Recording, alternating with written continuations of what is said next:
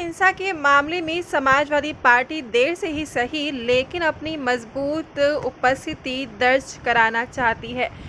इसी क्रम में सपा मुखिया अखिलेश यादव पूरे घटनाक्रम की रिपोर्ट तलब कर चुके हैं। सपा के शीर्ष नेतृत्व ने ये तय किया है कि इस पूरे मामले की जांच सिटिंग जज की देखरेख में कराई जाए। इसको लेकर एक उच्च स्तरीय पार्टी प्रतिनिधि मंडल कानपुर दौरा करने वाला है। सूत्रों के मुताबिक अखिलेश यादव खुद कानपुर भी आ सकते हैं। इसी क्रम में आज शहर के तीनों सपा विधायक अमिताभ बाजपेयी, इरफान सोलंकी और मोहम्मद हसन रूमी ने पूरे मामले की निष्पक्ष जांच के लिए पुलिस कमिश्नर से मिलकर ज्ञापन सौंपा है।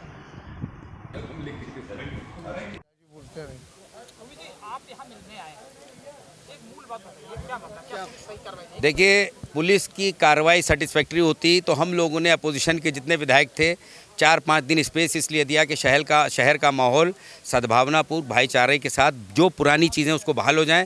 हम लोग पे यह आरोप ना लगे कि अपोजिशन के विधायक हमको काम नहीं करने दे रहे हैं। हम लोगों के पास जब तमाम ऐसे कंप्लेंट्स आई जिसमें तमाम लोग बेगुनाह जेल जा रहे हैं, तमाम ऐसे लोग जो अपराधी बाहर घूम रहे हैं, हम उन सारी चीज़ों को लेकर आज उनके ज्ञापन के रूप में आके दिया और विद एविडेंस दिया कि इन लोगों के CDR उस समय के ये कहाँ थे लोकेट कर रहे हैं। इसको आप चेक करके उनको जेल से जो कार्रवाई करके उसको बिना जमानत के छुड़वाई है। हम लोग ने जुडिशरी इंक्वायरी की मांग रखी है under the supervision of sitting justice.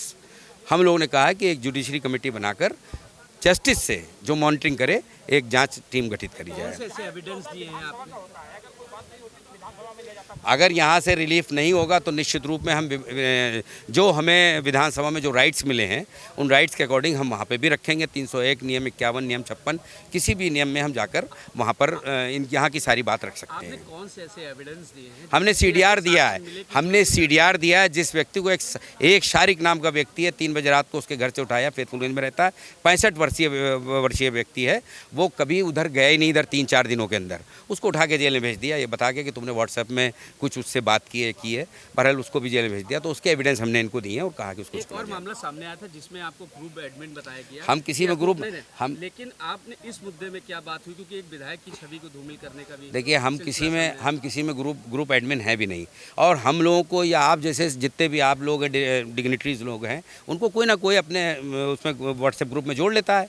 जब तक उससे कोई रिएक्शन नहीं आता तो जोड़ा रहता है। हम लोग तो पढ़ते भी नहीं, 1,500-2 हज़ार ग्रुप हैं। आज जैसे ही मालूम हुआ हमने उससे लेफ्ट कर दिया। बात पुलिस कमिश्नर साहब से ये हुई है कि आप निर्दोष लोग को नहीं पकड़ेंगे। अगर कोई भी निर्दोष पकड़ा जाएगा तो सबसे पहले गिरफ्तारी मैं खुद दूंगा अपनी, और जो दोषी हो किसी भी समाज का हो, किसी भी बिरादरी का, आप बेशक उस पर कार्रवाई करिए। और मैं उन नेताओं की तरह नहीं हूँ जो वहाँ पे आग में घी डालने का काम कर रहे थे। मैंने पुलिस का साथ दिया हम विधायकों ने कि माहौल को समझिए, और माहौल को समझने के बाद आप वसूली पे रोक लगाइए। जो अज्ञात लोगों की सूची पुलिस ने जारी करी, यानी लिखा है कि मुझे 200-300 अज्ञात है, उसमें जो क्षेत्र के हो सकता है बदनाम लोग हों, उनको अब पुलिस के मुख पर डरा के वसूली कर रहे हैं। वो भी शिकायत हमने करी है कि इस पे भी भ्रष्टाचार हो रहा है, ये लोगों पे भी लगाम लगाई जाए। और वो लोग जो फोटो में नहीं हैं और पुलिस के मुखबरों के द्वारा जिनका नाम दिया जा रहा है उनके खिलाफ कार्रवाई नहीं होगी। आपने बात और विधायक जी आपने कहा था कि कमिश्नरेट जो है फेलुअर दिखाई दिया इस पूरे मामले में जी, पुलिस पूरी तरह से फेल दिखाई दी है, ऐसा आप शुरू से कह रहे हैं? मैंने अभी भी इनसे बात भी कही कि घर में आग लग गई घर के चिरागों से और खबरदार नहीं रहे घर के मकानदार, कि ये फेलियर हुआ है। ये आगाज बहुत दिनों से चला। माना कि उस दिन देश के राष्ट्रपति जी, देश के प्रधानमंत्री जी, उत्तर प्रदेश की गवर्नर महोदय और उत्तर प्रदेश के CM साहब मौजूद थे, पर कहीं ना कहीं पुलिस इतनी लापरवाही थी कि उन्होंने इस घटना को इतना बड़ा अंजाम दे दिया। आज पूरे विश्व में कानपुर की चर्चा हो रही है। कोई अच्छा काम नहीं है, इसके लिए मुझे फख्र नहीं महसूस कर, ये शर्मिंदा है हम सब के लिए, और आप सब भी कानपुर के वासी हैं। नहीं, देखिए, मैंने आपको फिर मैं अपनी बात कह दूं, मैं किसी भी संगठन या किसी भी अपराधी के साथ नहीं हूं। जो भी अपराधी है वो किसी भी समाज का हो, उसके खिलाफ कार्रवाई करिए और पूरी करिए। मैं आपके पीछे खड़ा होकर आपकी पीठ थपथपाऊंगा। यदि किसी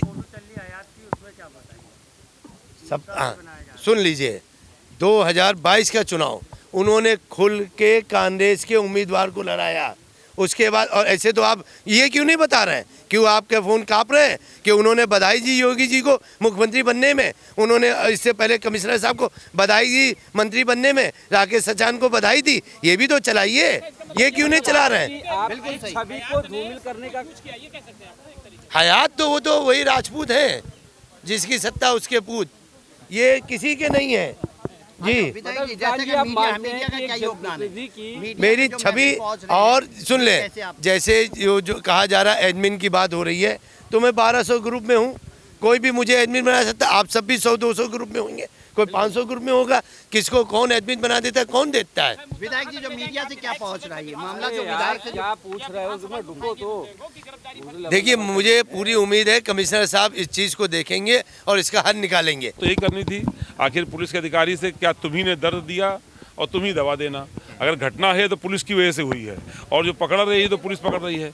ये तय पाया गया कि जब तक कि ठोस एविडेंस नहीं होगा तब तक किसी की गिरफ्तारी नहीं होगी, चूंकि जो वसूली की शिकायतें आ रही थी निचले स्तर पर, पकड़ लिया फिर पैसा लेके छोड़ दिया टाइप, और जो लोग जेल चले गए हैं लेकिन वो निर्दोष हैं, जिनके मजबूत सबूत हैं कि वो घटनास्थल के आसपास तक नहीं थे, तो ऐसे लोगों के ऊपर वो 169 की कार्रवाई करके उनको छोड़ा भी जाएगा। पुख्ता करने के बाद कोई नई गिरफ्तारी तब तक नहीं होगी जब तक कि उसके ठोस सबूत नहीं हो जाएंगे, और घटना की क्वालिटेटिव जांच होकर के यदि दोष किसी का भी होगा, हम समझ रहे हैं कि आप समझ पा रहे होंगे क्या कह रहे हैं हम, दोष किसी का भी होगा तो उसके ऊपर कार्रवाई आप लोगों ने कोई सबूत दिए हैं कि गलत निर्दोष व्यक्ति को पकड़ा गया है? दिए हैं। उसमें अच्छाई है कि पहले जो 1-2 लड़के ऐसे हैं जिनके सबूत हमने जेल जाने से पहले दे दिए, उनको उन्होंने छोड़ा है, तो इसलिए इस पर भरोसा है। और जो कुछ लड़के जेल चले गए, एक लड़का है वो अपनी बहन को लेने जा रहा था, मुंबई से आया, वो 10 तारीख को पेपर है, बहन उसकी फंस गई थी तो उसको लेने जा रहा था, तो उसके CDR है, उसके एविडेंसेस हैं, लोकेशन है, तो वो दिया है। एक अनस लड़का है, वो ज्वाइंट CP के पीछे खड़ा है सारी पूरी, उसमें उसके वीडियोज़ हैं, और उसको आखिरी में कहा तुम जाओ, और उसको जाके दौड़ा के उसको पकड़ लिया, तो उसके एविडेंसेस हैं, वीडियोज़ हैं। तो ऐसे एविडेंस हम लोगों ने दिए हैं कुछ लोगों के, और कुछ ऐसे